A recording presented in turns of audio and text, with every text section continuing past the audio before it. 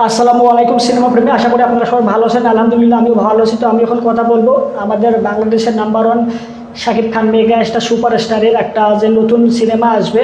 তো এই সিনেমার একটা ফার্স্ট ফ্রেম আছে রিলিজ করা হয়েছে, ওকে, প্রকাশিত করা হয়েছে। তো এটা অনেকটা মনে করেন যে কি বলবো, প্রথমে ইয়াটায় ফার্স্ট এটার নাম দেওয়া আছে ফার্স্ট ফ্রেম, ওকে।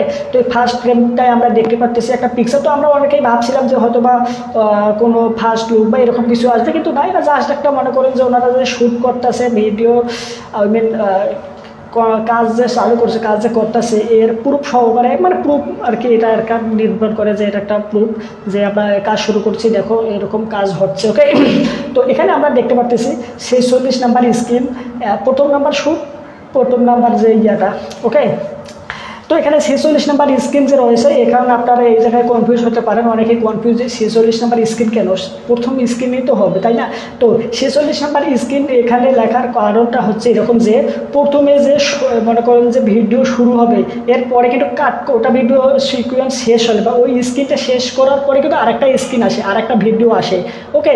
তো এরকম করে আমরা এখানে কিন্তু মনে করেন যে আমরা যখন কোনো ভিডিও শ্যুট করি নর্মালি, তখন কিন্তু প্রথম থেকেই একদম তারপরে যা হবে তারপর যা হবে তারপর যা হবে এরকম করে শ্যুট করি। কিন্তু এখানে সিনেমার ক্ষেত্রে তা কিন্তু হয় না। তা মনে করেন যে কখন মাঝের অংশ শ্যুট করতে হয়, কখনো শেষের অংশ শ্যুট করতে হয়, এরকমভাবে শ্যুট করতে হয়। তো এই যে স্ক্রিন নাম্বার 46টা হচ্ছে 46 নাম্বার স্ক্রিন, মানে 1 2 3 4 5 6 এভাবে একটা করে স্ক্রিন চলবে, শেষ হবে, স্ক্রিন চলবে, শেষ হবে, এডিট করে এগুলো অ্যাড করা হবে, একের পরে 2 নাম্বার, 2 এর পরে 3 নাম্বার, এরকম করে 46 নাম্বার স্ক্রিনটা তারা শ্যুট করতেছে, শ্যুট নিতেছে।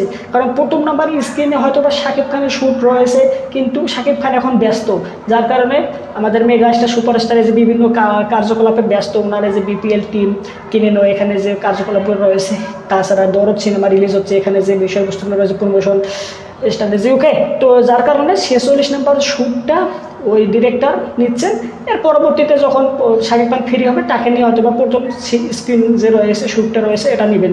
তো আশা করি বুঝতে পারছেন। তো এখানে বিশ্বাসযোগ্যতা হচ্ছে সবথেকে বড় একটা ফ্যাক্ট, কারণ দরদ সিনেমা রিলিজ হচ্ছে 15ই নভেম্বর। ওনার যে এই সিনেমার যে ডিরেক্টর অনন্য মামুন, ইনি, আমি ব্যক্তিগতভাবে এই লোকটাকে আমি ভালোবাসতাম, বিশেষ করে এই যে বাংলাদেশে যে সিনেমা, হিন্দি সিনেমা রিলিজ করেছে, যা করার পিছনে ওনার একটা অনেক বড় অবদান রয়েছে এইটার কারণে।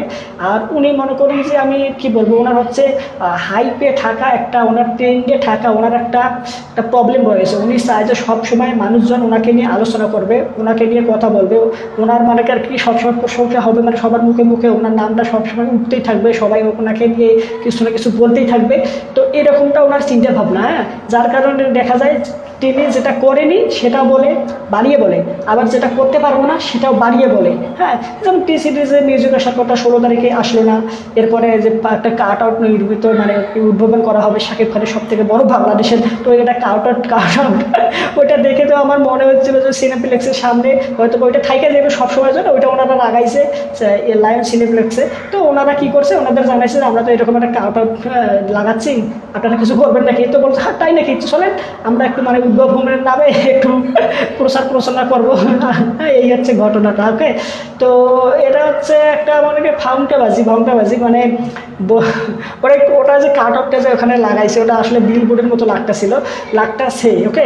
আর এটা হচ্ছে যে যেভাবে এরকমকে প্রচারণা করছে যে এরকম একটা কাট আউট নির্মিত হবে বাংলাদেশে এই প্রথমবার, এর আগে কোনো সময় এরকম কাট আউট কেউ নির্মাণ করেনি বা উদ্ভাবন হয়নি, এরকম বিষয়গুলো বলেছে যে এগুলো একটু অনেকটা বাড়াবাড়ির পর্যায়ে, হ্যাঁ।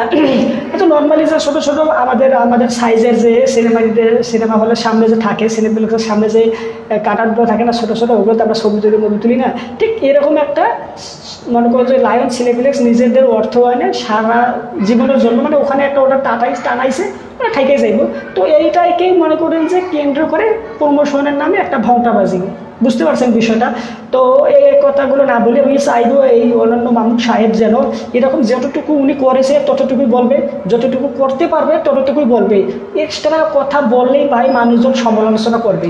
বিশেষ করে আমাদের যেমন টিকটকাররা রয়েছে, যদিও তাদের অনেকেই রোস্ট করে, কী কারণে? তারা মনে করছে হাইপে আসে, ট্রেন্ডিংয়ে আসে, এই রোস্টিংয়ের কারণে তারা মনে করছে কি বিভিন্ন আকাম কুকাম করে এগুলোকে নিয়ে মানুষ সমালোচনা করে, যার কারণে তারা ট্রেন্ডে আসে।